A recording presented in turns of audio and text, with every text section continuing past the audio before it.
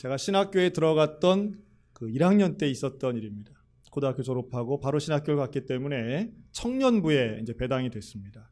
그랬더니 그때 당시 청년부 부장님이던 장로님이 계셨는데요. 네, 그 장로님이 열정이 대단하고 특별히 청년들과 함께 이 성경 공부하기를 이제 원하셔서 저희들과 함께 새벽마다 모여서 성경 공부를 했습니다. 일주일에 한 번씩 모였는데요. 워낙 바쁜 분이시다 보니까 새벽 시간에 이제 모인 겁니다. 그런데 그 성경 공부 시간에 이제 가인과 아벨의 제사가 이제 나왔고요. 거기서 이 장로님이 하나님께서 가인의 제사를 받지 않으신 이유를 이렇게 설명했습니다. 가인의 제사는 피 흘림이 없는 제사였기 때문에 하나님 받지 않으셨다는 거예요. 아벨은 양을 잡아서 드렸고 가인은 농사 짓는 사람이었기 때문에 자기가 추수한 곡식을 이제 드렸던 거죠.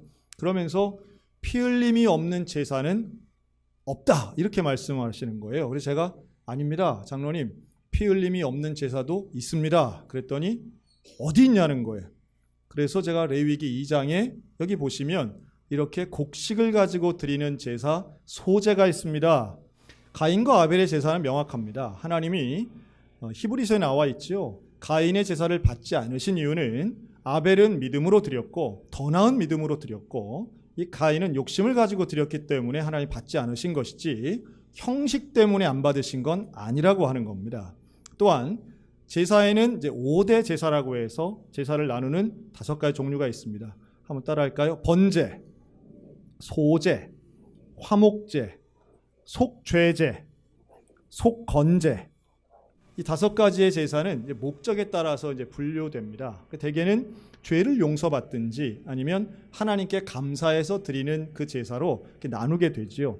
그런데 오늘은 그 제사 예법을 설명하는 시간 아니고요. 그 중에 하나만 오늘 소제에 대해서 말씀을 드립니다. 이 소제는 나머지 제사와는 굉장히 큰 차이가 있어요. 첫 번째 차이는 제물의 차이입니다. 나머지 번제라든가 화목제, 속죄, 속건제는 다 이 양이나 소를 드리는, 그러니까 동물을 가지고 드리는 제사였습니다. 당연히 피 흘림이 있는 거죠. 그리고 그 피 흘림을 통해서 때로는 죄를 용서받습니다. 죄값을 대신하는 거예요, 그 동물들이. 근데 소제는 그렇지 않아요. 소제는 곡식을 가지고 드리는 제사입니다. 좀 다르죠. 그리고 소제는 다른 제사와 함께 드리는 것이 일반적이었습니다. 그래서 이 고운 가루를 가지고 오면 그 가루를 한 움큼 가지고 제사장이 불 속에 던지면서 함께 위로 연기가 올라가도록 할 때 같이 드리는 제사가 바로 이 소제였습니다. 그리고 소제는 죄를 용서받기 위해 드리는 제사는 아니었고 하나님 앞에 감사를 드리고 하나님께 믿음의 고백을 드리는 제사가 바로 이 소제였습니다. 그런데 그 과정을 돌이켜보면 제가 이 구약의 율법과 제사를 지난번 11조 헌금 설교 때 잠깐 말씀드렸습니다. 구약에 있는 율법이 없어진 이유, 우리가 지키지 않는 이유는 하나님이 달라지셔서가 아니라고 하는 거예요. 제사가 필요 없어졌기 때문에 예수님이 십자가에 달리셔서 돌아가심으로 온전한 제사를 드리시고 제사를 끝내셨기 때문에 거기에 부합되는 제사의 예법도 필요 없어진 것이지 하나님의 원칙이 달라진 게 아니라고 말씀을 드렸습니다. 똑같습니다. 그렇다면 방법은 이 제사의 예법 방법은 사라지지만 그 안에 담겨있는 원칙은 원리는 우리가 알아야 온전한 예배자로 나아갈 수 있기에 이제 오늘 말씀을 드리는 거예요. 자, 소제는요. 그래서 그 1년 동안 농사지어서 얻은 그 곡식을 고운 가루로 만들어서 드리는 제사입니다. 고운 가루. 지금이야 무슨 고성능 믹서기 같은 걸로 갈 수도 있지만 옛날엔 뭘로 다 갈았을까요? 맷돌 같은 걸로 다 하는 거죠. 그러니까 생각해보면 긴 시간이 걸리는 거예요. 아주 오랜 시간이 걸리고 농사 자체도 시간이 걸리지만 이걸 가지고 밀가루로 만들기 위해선 정성과 시간이 들이는 겁니다.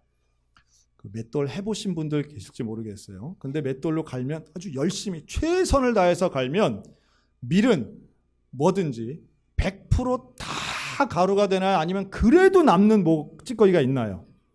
있잖아요. 근데 그러한 찌꺼기는 결국은 버려지게 되고 고운 가루만 가지고 제사를 드리는 겁니다.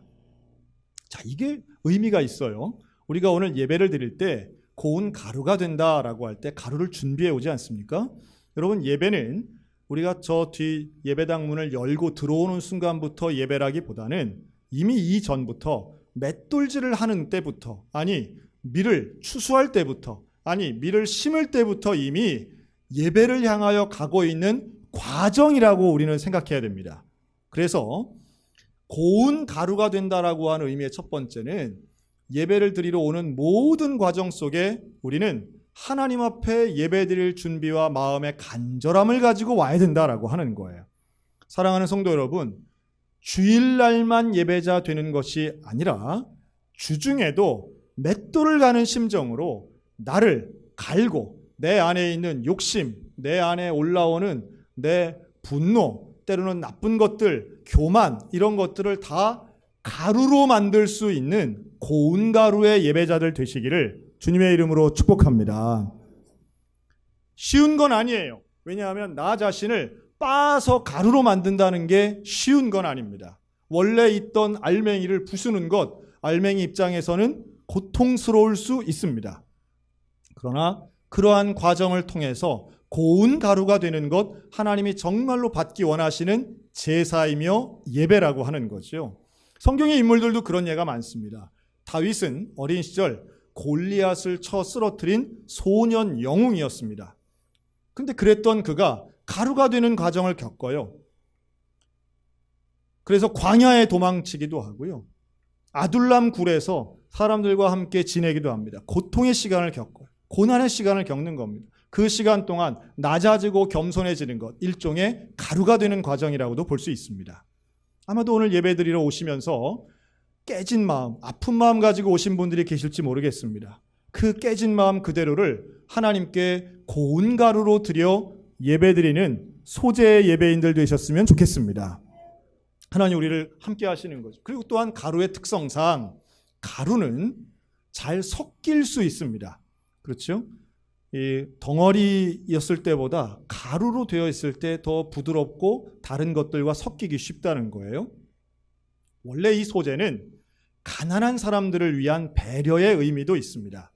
아무래도 양 한 마리보다는 가루 한 움큼이 훨씬 가격이나 가치가 적기 때문에 아무리 가난한 사람도, 그러니까 양이나 소를 살 수 없는 사람도 한 움큼의 곡식 가루는 준비할 수 있다는 의미예요. 그래서 그걸 가지고 제사 드릴 수 있다는 거죠.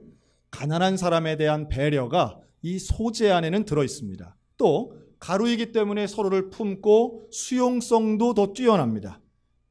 사람은 기본적으로 남과 나를 구별할 때가 있습니다. 그 구별할 때 이게 억울하든지 아니면 또 내가 우월하든지 이래서 구별에 죄를 더하면 차별이 되는데요. 이러한 차별을 하는 것은 특별한 사람들만 하는 게 아니라 보편적으로 누구나 네 편 내 편 가르고 뭐 누굴 더 무시하고 내가 더 건방지게 교만 떠는 그런 모습들은 그냥 애나 어른이나 동서양을 막론하고 다 있는 것 같아요. 그러니까 이게 생각해 보면 어디나 상대적인 개념이 어린이나 뭐 많이 배운 사람이나 아니면 부자나 가난한 자나 상관없이 어디에나 이런 차별적 요소들이 다 있고요. 더 안타까운 건 교회 안에도 그럴 수 있다라고 하는 겁니다. 교회도 네 편 내 편 혹은 더 좋은 편, 뭐 나쁜 편 이런 게 있을 수 없어야 되는데 우리의 생각이 너무 더 짧고 편협해서 어떤 그런 차별 같은 선긋기를 하고 우리끼리 가진다면 이거 얼마나 슬프냐는 거예요. 그런데 이게 인위적으로 잘 되지 않아요.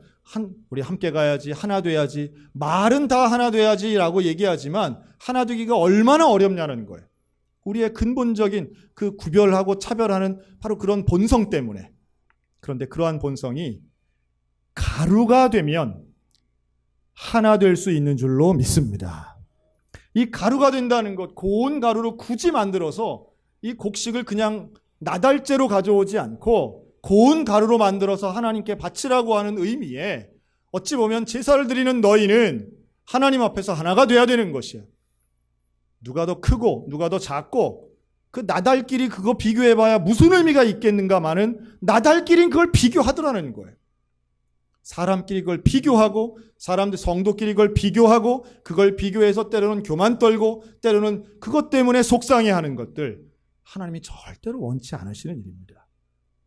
여러분, 오늘 우리가 하나님이 기뻐 받으실 만한 고운 가루가 되는 예배자들 다 되시기를 주님의 이름으로 축복합니다. 이렇게 고운 가루가 되어 하나가 될 때에 하나님은 우리의 소재를 기뻐 받으시고 믿음의 제사라 인정하시리라 저는 믿습니다. 그리고 또한 이 소재에는요, 들어가야 될 것이 있고 들어가면 안 되는 게 있습니다. 첨가물이 있는 것이 이 소재의 참 큰 특징이에요. 뭘 넣어야 되느냐, 뭘 넣지 않아야 되냐라고. 먼저 넣지 말아야 할 것 두 가지가 있는데 그게 바로 누룩과 꿀입니다. 누룩과 꿀은 넣지 말라는 거예요. 근데 이 누룩은 이스트라고 그러죠. 그 반죽에 넣어서 하면 빵을 만드는 겁니다. 부풀리는 거예요. 빵은 이 누룩이 들어가야 맛있어요? 안 들어가야 맛있어요? 들어가야 맛있는 거예요. 그 누룩과 꿀은 실제로는 음식을 만들 때는 필수적으로 또 들어가야만 더 맛있게 만드는 거예요. 근데 하나님은 의도적으로 이 소재를 드릴 때 누룩이나 꿀을 넣지 말라고 말씀합니다. 왜요? 제사는 인간의 입맛을 맞추는 것이 아니라 하나님의 명령에 순종하는 일이라는 것을 우리에게 명확히 보여주시는 겁니다. 상징하는 바가 있죠. 누룩이 상징하는 바는 전염성이 있는 죄들, 거짓된 것들, 이런 걸 의미합니다. 누룩 자체가 악하다는 이야기는 아니에요. 그 누룩이 상징하고 있는 게 있다는 거예요. 그래서 예수님도 너희는 누룩을 주의하라고 말씀합니다. 회칠한 무덤 같은 거죠. 실제보다 더 키워지는 거죠. 사람이 자기 자신을 거짓되게 과시하는 것입니다. 이 누룩을 빼라는 거예요. 꿀도 마찬가지입니다. 꿀도 그 달콤함이 나쁜 건 아니지만 인생의 쾌락만을 쫓고 육체의 즐거움만을 쫓는 것을 빼라는 거예요. 즉 제사도 예배도 인간만 즐거운 일이 되어서는 안 된다는 겁니다. 제사는 전적으로 하나님께 드리는 것이고 예배는 온전히 하나님을 경험하고 예수님을 만나는 시간이지 인간의 즐거움을 위해 제공되는 서비스가 아니라는 거예요. 그래서 예배는 쇼가 되어서는 안 된다고 저는 믿습니다. 제가 농담 삼아 저희 아이들하고 그런 얘기를 한 적이 있어요. 야, 아빠는 은퇴한 다음에 머리를 초록색으로 한번 염색하고 싶어. 이렇게. 애들이 눈이 동그래가지고 아빠 왜 이러나, 뭘 잘못 드셨나. 혹시 여러분들 그런 생각 하실지 모르겠습니다. 왜 우리 목사님은 맨날 똑같은 스타일의 양복과 똑같은 스타일의 헤어스타일을 하시나? 그런 이유가 있습니다. 왜냐하면 물론 단정하고 정결한 옷을 입기 위해서 세탁하고 이런 건 신경 쓰지만 스타일에 있어서는 사람들의 이목을 너무 끄는 것은 그거는 일종의 쇼나 아니면 행사를 진행하는 사람들에게 그렇게 당연히 필요하죠.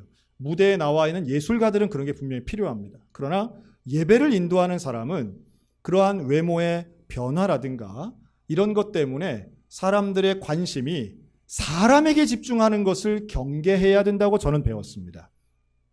그러니까 설교자는 중요한 역할을 하긴 하지만 설교자가 스타가 되어서는 안 된다는 거예요. 그곳에 예수 그리스도의 말씀, 예수 그리스도 성령의 임재, 이것이 중요하고 본질이지. 물론 목사님들이 여러 가지 다양한 시도를 하고 저도 그런 다양한 시도를 하기 위해서 연구도 하지만 인간의 관심을 끄는 것에서 그친다면 그건 예배가 될 수 없기 때문입니다.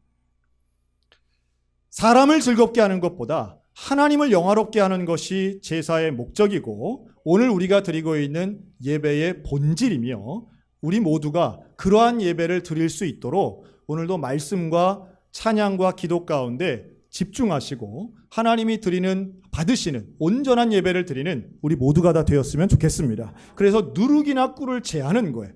그게 나쁜 건 아니지만 그것 때문에 다른 것에 신경이 쓰여서는 안 된다는 거죠. 반면 소재에 첨가해야 될 것이 또한 세 가지가 있습니다. 그게 바로 기름, 향유, 또 소금입니다.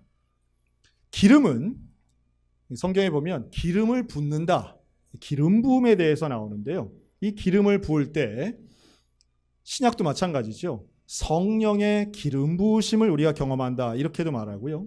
어노인팅이라고 하는데 이 기름을 붓는다는 것은 하나님이 선택하셔서 그곳에 그만큼 은혜를 부어주신다라고 봐야 됩니다. 즉 하나님께서 주시는 은혜가 있다는 거예요. 하늘로부터 부어지는 은혜, 이게 기름이 상징하는 것입니다. 우리가 스스로를 가루로 만드는 노력도 참 중요합니다. 내가 겸손하게 하나님의 뜻대로 하나님 원하시는 대로 가루가 되는 건 중요한데 인간의 노력만으로 예배가 채워지는 것은 아닙니다. 여기에는 하나님이 부어주시는 은혜가 있어야 되는 거죠. 오늘날에는 성령이 이 시간 이곳에 임재하셔야만 하는 겁니다. 아무리 성가대가 잘하고 아무리 설교자가 잘한다 할지라도 잘하고 못하고의 문제가 아니라 하나님이 기름 부으심을 허락하시느냐, 성령의 임재가 있느냐, 이것이 오늘 이 예배가 진짜 좋은 예배, 하나님을 만나는 예배가 되느냐의 결정적인 요인이라는 거예요. 여러분, 성령의 기름 부으심이 우리 소양교회 예배와 우리 모든 가정의 예배와 또한 모든 소그룹 예배 가운데 넘쳐 흐르기를 주님의 이름으로 축복합니다. 두 번째는 유향이에요. 이 유향은 향을 내는 거죠. 그런데 떡과 유향은 사실 이렇게 어울리는 조합은 아닙니다. 그러나 이 유향은 성막 안에서 이러한 유향을 담아놓은 그릇을 우리는 향단이라고 불렀어요. 이 유향은 향을 내는 거죠. 연기와 함께 향이 나는데 이것은 하나님께 드려지는 기도를 상징하는 것입니다. 예배는 나 자신을 가루로 만들고 하나님의 부어주시는 은혜를 받으며 그리고 우리의 간절함을 고백과 함께 기도하는 것입니다. 그러니까 하나님과 내가 소통하는 거죠. 하나님의 말씀을 듣기도 하지만 하나님 앞에 나의 마음을 내어놓고 나의 신앙을 고백하고 또한 나의 간구를 드리는 시간인 거예요. 여러분, 이 영적인 소통이 이루어지면 우리의 예배는 성공하는 예배인 줄로 믿습니다. 예배의 성공이 인생의 성공으로 갈 수 있는 거죠. 그리고 그 예배 한 번을 위해서 우리는 하나님께 집중하고 마음의 전심을 드리는, 그래서 제사를 드리는 사람이나 예배를 드리는 사람이나 그 마음의 중심은 같다라고 볼 수 있어요. 이 유향을 드려서 하나님 앞에 예배를 드리는 소재의 예배자에게 마지막으로 첨가하는 세 번째는 소금입니다. 그러니까 기름, 유향, 소금을 첨가하라고 그러는데 이 소금은 물론 짠맛도 나지만 소금은 부패하지 않게 하는 거 아니겠습니까? 그래서 대개 소금은 정결함을 상징하는 거죠. 여러분, 예배를 드리다 보면 우리가 정결하고 거룩하기 때문에 예배를 드린다. 사실 이런 표현도 우리가 쓰긴 쓰지만 더 온전한 것은 예배를 드리기 때문에 그 예배가 우리를 부패된 세상으로부터 보호해주는 역할도 하는 것이 사실입니다.